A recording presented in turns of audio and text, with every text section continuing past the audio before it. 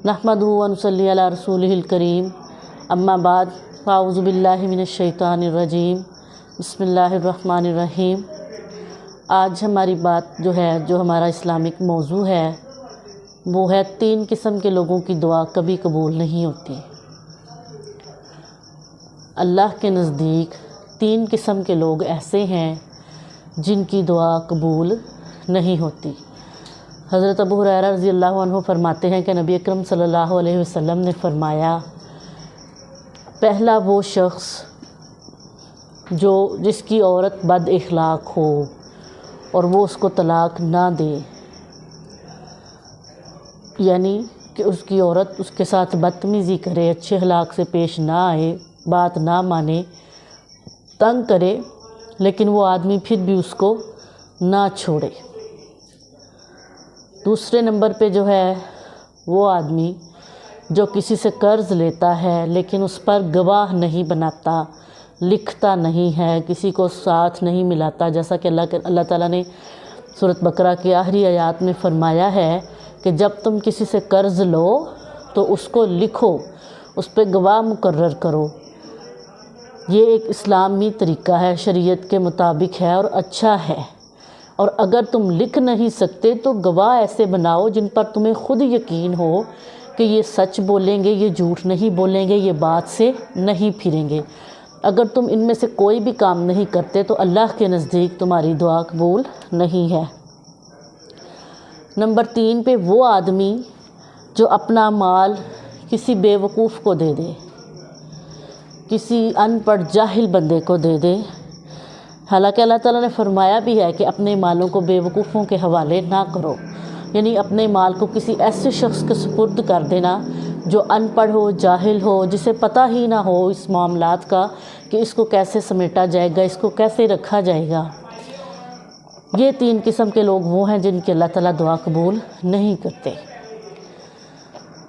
सबसे पहली बात जो हमने की कि वो जिसकी औरत बदज़ुबान हो तो उसे तलाक ना दे। नबी अकरम सल्लल्लाहु अलैहि वसल्लम का फरमान है कि एक हज़रत अबू दाऊद में हदीस है कि एक सहाबी आए, एक शख्स आया मदीना में आपके पास, तो उसने कहा कि मेरी औरत बदज़ुबानी करती है, मुझे तंग करती है। तो अल्लाह के नबी ने फरमाया तुम उसे छोड़ दो। कुछ दिन गुज़रे, वो फिर आया, उसने फिर यही बात की, फिर अल्लाह के नबी ने यही फरमाया कि तुम उसे छोड़ क्यों नहीं देते।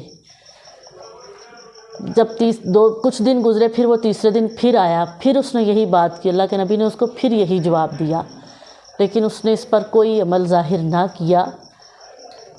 तो इसका क्या मतलब हुआ कि इसमें अल्लाह ताला ने जब कुरान में इंसान को ये आसानी दी है कि वो छोड़ सकता है, अगर वो एक तलाक के बाद समझ जाए दोबारा रुजू भी हो सकता है। ये किस लिए अल्लाह ताला ने रखी हैं शर्तें, किस लिए अल्लाह ताला ने ये अहकामात हमें बताए हैं कि अगर हम किसी मुश्किल में हों तो हम इस मसले को देख सकें, उसके मुताबिक अमल कर सकें। और जब हम अमल नहीं करेंगे तो ये हम अपने लिए ख़ुद मुसीबत का पहाड़ वो खड़ा रखते हैं, जबकि अल्लाह ताला ने इसमें भी हमारे लिए आसानियाँ रखी हैं। नंबर 2, वो जो कर्ज़ तो ले लेकिन गवाह ना रखे। बहुत से लोग ऐसा करते हैं जो कर्ज़ा ले लेते हैं लेकिन गवाह नहीं बनाते, लिखते नहीं हैं, और जब वो मुकर्रर वक्त के बाद देने की बारी आती है या लेने की बारी आती है तो फिर वो लड़ाई झगड़ा फसाद शुरू हो जाता है। कोई किसी पे इल्ज़ाम लगा रहा है, कोई किसी को गवाह बना रहा है, कोई झूठी गवाही दे रहा है, कोई सच बोल रहा है। इन सब से बचने के लिए अल्लाह ताला ने क्या फरमाया कि गवाह बनाओ। अगर लिख नहीं सकते तो ऐसे गवाह बनाओ जिन पर तुम्हें यकीन हो कि ये सच बोलेंगे, ये सच बोलेंगे, ये झूठ का सहारा नहीं लेंगे। और अगर तुम वो भी नहीं कर सकते तो फिर 2 औरतें और 1 मर्द को गवाह बना लो, बशर्ते कि वो लोग हों जिन पर आपको खुद यकीन हो कि ये आपके साथ 2 नंबरी नहीं करेंगे, झूठ नहीं बोलेंगे। अगर आप ऐसा नहीं करते तो ये भी आप अल्लाह के अहकामात से इनकार कर रहे हो। दूसरे किस्म के इंसान की भी दुआ कबूल नहीं है।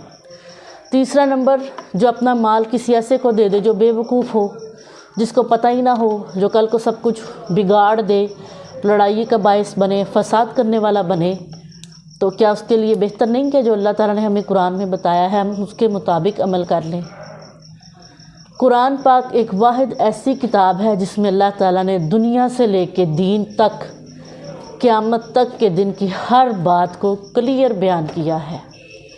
اگر ہم قرآن کو سوچ سمجھ کر پڑھیں، اس کے ترجمے تفسیر کو دھیان سے سنیں، اس پر عمل کریں، تو ہماری زندگی میں مسائل رہیں ہی نہ، کچھ بھی مشکل ہو ہی نہ۔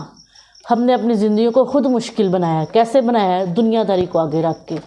ہم صرف دنیا کے ارد گرد گھومتے رہتے ہیں، دنیا کیا کہے گی، لوگ کیا کہیں گے۔ ہم نے کبھی یہ سوچا ہی نہیں کہ اللہ نے قرآن میں کیا فرمایا ہے۔ ہم اس پہ توجہ کیوں نہیں کرتے، ہم اس پہ غور کیوں نہیں کرتے۔ ہماری زندگی میں آنے والی ٹینشنیں، آنے والی لڑائیاں، بے برکتیاں، پریشانیاں، الجھنیں، یہ کس لیے ہیں؟